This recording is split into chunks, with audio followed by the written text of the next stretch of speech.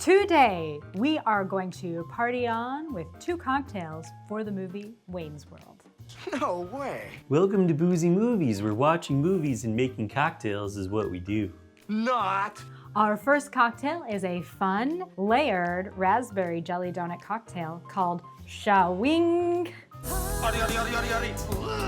Our second beverage is an everything blue from the liquor store punch bowl that Garth would be proud of, called Party On. Pretty cool, huh? 2 gloriously unqualified metalhead best friends turn their basement TV show into a full-time mission to prove that hanging out, headbanging, and talking nonsense can somehow be a life plan. Meanwhile, a TV producer dupes them into selling out to sponsors, all while attempting to steal Wayne's girlfriend. Well, before we're ready for our extreme close-up, we need to go ahead and make a drink that will have you going Shaaawing. In a shaker tin, combine 1 ounce Pineapple Chinola, 1 ounce Raspberry Stoli, ½ an ounce Chambord, ½ an ounce pineapple juice, and 1/8 of an ounce Grenadine. Add ice, cover, and shake until chilled. Double strain into a coupe glass. In a mixing glass, combine ½ an ounce Hazelnut Liqueur, 1 ounce of lager or wheat beer, 1 drop of vanilla extract, 1 dropper of saline, and 5 dashes of fee foam. Using a frother, froth until foamy. Pour over raspberry layer. Here we have Schaaaawing. So we're playing on the scene where Garth is drinking out of his jelly donut, which is such a fun scene and a great cocktail inspiration. Wow, what a totally amazing, excellent discovery. The jelly donut is definitely Garth's go-to. He orders it a few times at Stan Mikita's donut shop, or kind of diner restaurant. Seems to be the local hangout, so after they're done with their show, that's where they go, and yeah, and he just orders. And 1 jelly donut. So a couple of different layers going on. The bottom layer, which comes through the same time as the top layer, is going to be the raspberry filling. So we've got lots of raspberry going on, the Raspberry Stoli, the Chambord, pineapple liqueur, and pineapple juices. All of those kind of give it that jammy kind of flavor. Good call.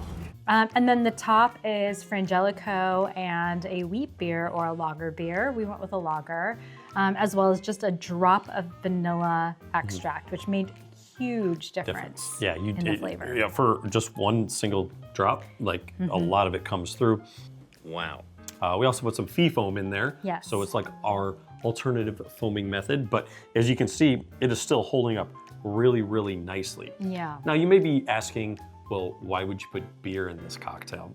Ew. Even though it was just like a little bit, but it gives you sort of that bready, kind of yeasty flavor, which you're gonna need with a donut. Yeah, same thing with that Frangelico in there. Mixing those 2 together, you're getting kind of this like pastry vibe going on. Interesting. We have a very large punch bowl that we have to get into next. Zang. But we would like to take a brief moment to stop you for 1 second and put in a little plug because we have a website. www.boozymovies.com. Check it out. We've got links to all of our videos, and you can peruse our whole catalog either by way of movie, by way of cocktails, Spirit. by way of spirit. Let us know if you have any other ideas. We have a little box in there for you to put in what movie would you like us to make cocktails for next. Yeah. All right, party on, Wayne. Party on, Garth. Let's make this punch bowl. Okay.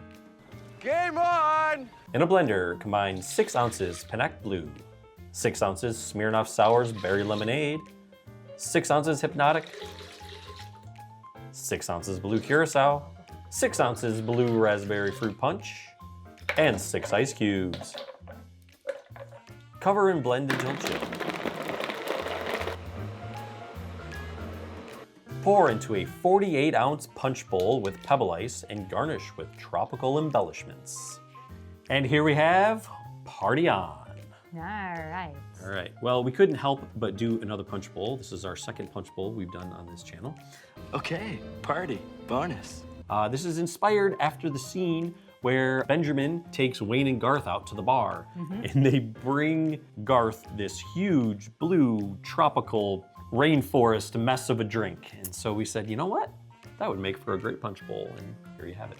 It's so huge. In order to play on our inspiration, what we decided to do was to find literally every blue thing at the liquor store. It's almost too easy. Even the blue fruit punch. That wasn't even planned. Turn around, I'm like, look, Here we go. mixer. And it is very sweet.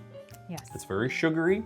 None of the alcohol in here is very high from an alcohol standpoint, but if you drink this whole thing, you'll get hammered. So Yes. definitely bring a friend or two. You're partied out, man. Again.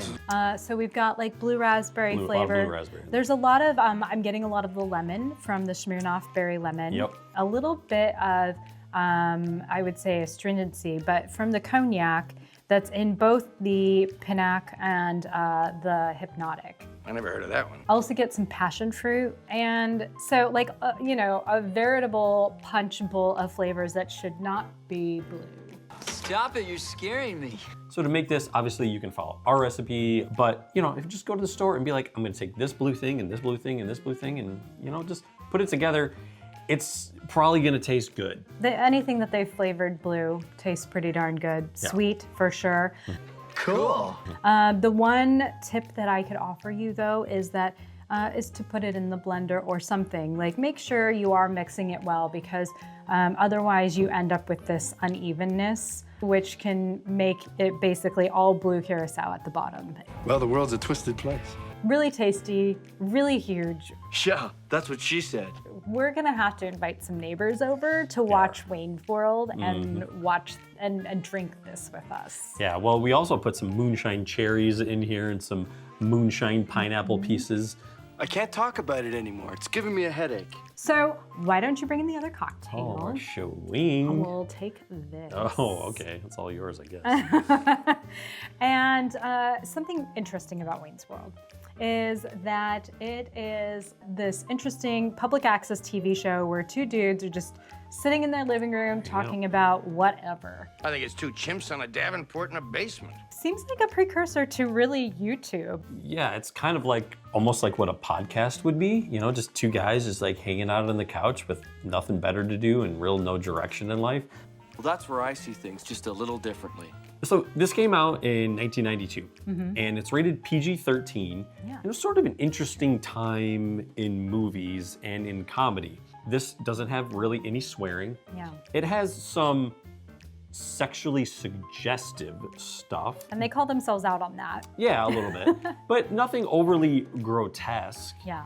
You know, even Wayne says in the beginning, he's like, And I still know how to party. but you never really see them partying. They're not like smoking weed or drinking a ton. This is like, there's just this Yeah. one scene where they're having like some drinks. But they don't actually drink it. The only thing we actually see getting consumed are the donuts. Yep. And Garth eats some pretzels, which he spits one out into his actual drink. He shoots, he scores. It's really interesting kind of where it fits in 92. Yeah, somewhat wholesome for a party movie. Yeah. There were a few things that I didn't pick up on at the time. I think I was a little too young. And then as I got older, I was like, oh, that's pretty good. I'll have the cream of some young guy. So one thing that I really do love about this movie, and I actually listen to all the time, is the soundtrack. The music is so great. Well, it has to be. The most famous scene is Bohemian Rhapsody. And that, by putting that song in this movie, and it put the song like back on the charts again. It Yeah. was super famous. But music, very important to this movie. I mean, not just because it's Cassandra's band and that's who Wayne falls in love with, but Meatloaf has a cameo in it, right? Yeah. Jolly Green Giants, shitty Beatles. You know what's funny is that there's like a scene in Bohemian Rhapsody, the movie, Oh, okay. where Mike Myers. Right. He's like an agent or the record company executive or something, Yeah, right? and he's like, there are no way kids are gonna sit in their car and like headbang to this song. Right.